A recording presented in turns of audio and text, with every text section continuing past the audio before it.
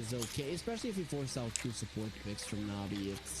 It's fine. So I wouldn't hate it. The Enigma is just a classic aura building hero. It's a little bit tougher to play around the hero, but sometimes it can work. I don't think it's necessarily a good first pick because you're gonna have time to think about which carry you want to play versus this.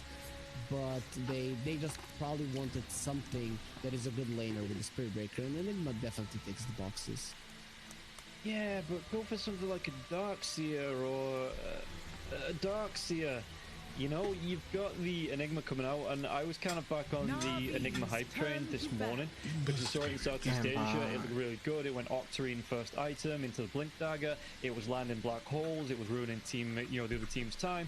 And then I saw it this morning, and I saw it position 4, then position 3, and it was, and I cannot stress this enough, it was hot garbage watching that hero try and play.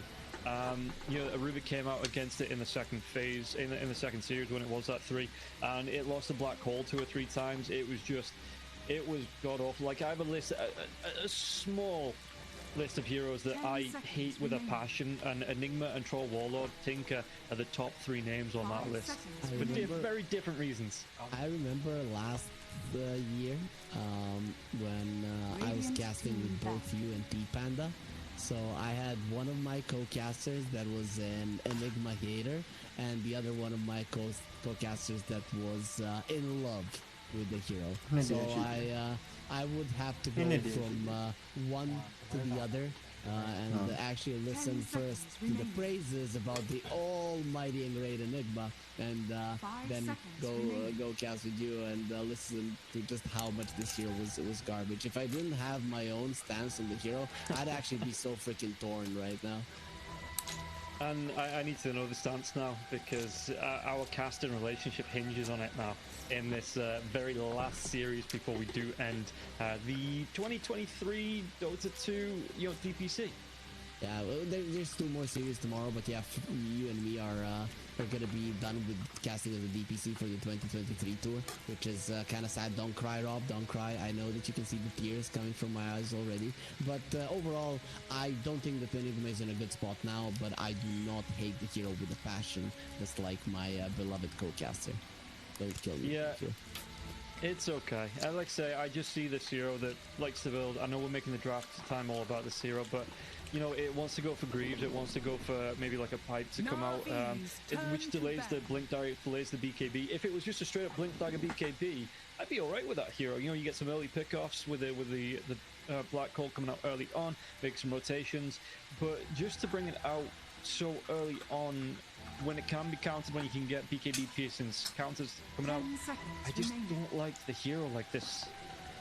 Okay, but it's still doing with the Spirit Breaker. I like the Emperor Spirit coming out though, because it is a great hero versus the Enigma versus the Spirit Breaker. Very hard to catch for a Spirit Breaker with a charge, very hard to catch for an Enigma with a black hole. You can almost always react. Much easier to react versus the Spirit Breaker, but either way, it does make a lot of sense. Plus, the hero is very, very strong and established in the current meta and can be played into almost any lineup with almost any lineup on your side as well. So I'm liking that they went that way. I'm actually very surprised about the how people are not even trying to be a little bit innovative here in Division 2 in Eastern, but it's always that way, because Ember Spirit being picked up this early is kind of begging for a Huskar to be picked on another side and completely demolish him.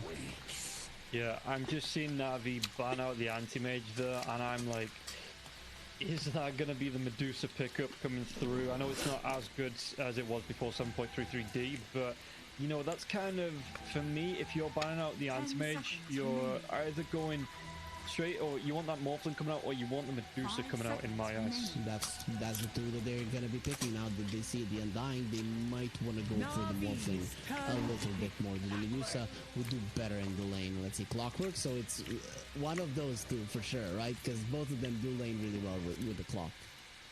Yeah, and I'm surprised that the Morphling, the Medusa not so much, because it isn't being banned as often now, it doesn't seem to be played as much, but really surprised that they've not banned out at least the Morphling in the second phase, either side. But if Navi wanted to take it, no surprises there, but the fact that Storm banned out the Sven and the Monkey King, and they let that Morphling through, who looks like a you know, an S tier carry, you know, one of the tippy top carries at the minute. They just let it go through.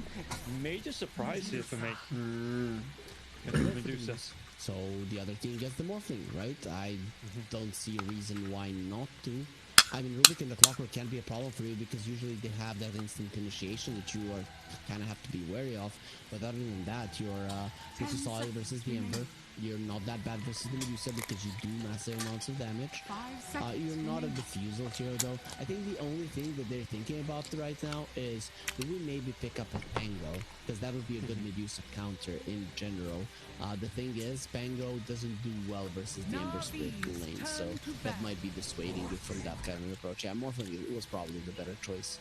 Yeah, and like we've seen in other games, you know, recently, the Morphin can become that better Medusa when you get the Ag Scepter out. It means you're stealing away the attack speed as well as the stats.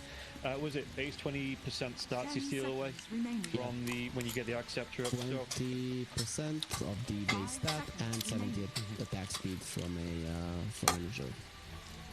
Yeah, so there is that, you know, the ability there to become, like I say, that better Medusa.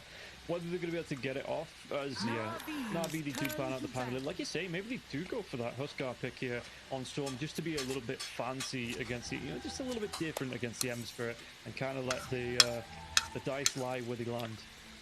I like the Pango ban still, even though the Ember does well versus him in the lane. It's just a very powerful hero. Though I'm very afraid for Storm here overall, because their heroes don't do any damage. Like, who's gonna kill anybody, right? There's a Medusa on your side until the Morphling gets into the fights.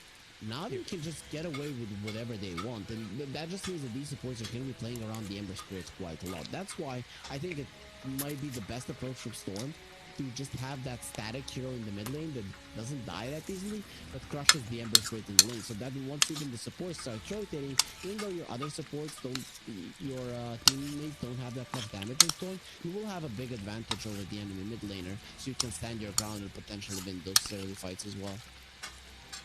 Do you think, I mean, what are you looking for in the mid lane? Because I was looking at a lot of the mid laners are still there. There's your Storm Spirit, Queen of Pain still there as far as I can see. But would you want something different, like a Wind Ranger that can build into that Diffuser Blade and just focus down the Medusa in the fights? I think the main problem for Storm isn't the Medusa here. It's other heroes, right? Rubik, Clockwork, Ember, these guys aren't even gonna die. You won't even get close to the Medusa if these guys are always in the map. So make sure to get something that can kill them. I like the Storm ban for that reason, but the Queen of Pain that you mentioned is also a very valid hero to pick up here, because you need somebody who's gonna be killing enemies. Like, if there's always 5 heroes on the map for Na'Vi and you can't really threaten any of them, then your Spirit Breaker won't be doing so hot. You don't have that many lane pushers, so I think you have to have somebody who murders, right? It has to be a high damage hero. Okay, well, we'll see what it is going to be. I mean, Storm, what have they got? 1 minute and 11 seconds in reserve time, as well as the 30 seconds draft time that they're going to get. Meanwhile, Na'Vi, they go for the Darkseer. Straight up Necrophos, not even thinking about it here for Storm. Okay. Well, that's cool. Nikki cool. That's right? Nikki cool. Yeah. Oh, we're so funny, Rob, right? Anyways, I think this is the first Necro pick that we see. It crushes the Ember in lane, there's no doubt about that. Medusa doesn't care about the Necro. That is a bit of a problem. So again, it's the same thing, and the Morphling is super strong, the Medusa won't care. But the problem I have with this one is that it's static. Right, so your Spirit Breaker, he's going to be going from one static carry to another, Undying also static as well. It gives Na'Vi the ability to just outmaneuver you on the map, and you are the ones with the Spirit Breaker. So I think Storm's lineup, even though it might do well in the lanes, especially the mid lane, I can see big issues for them coming into the later portions of the game. Okay, and how do you because you're talking, you know, later portions of the game, but how do you then guarantee that early momentum? Is it just static Necrophos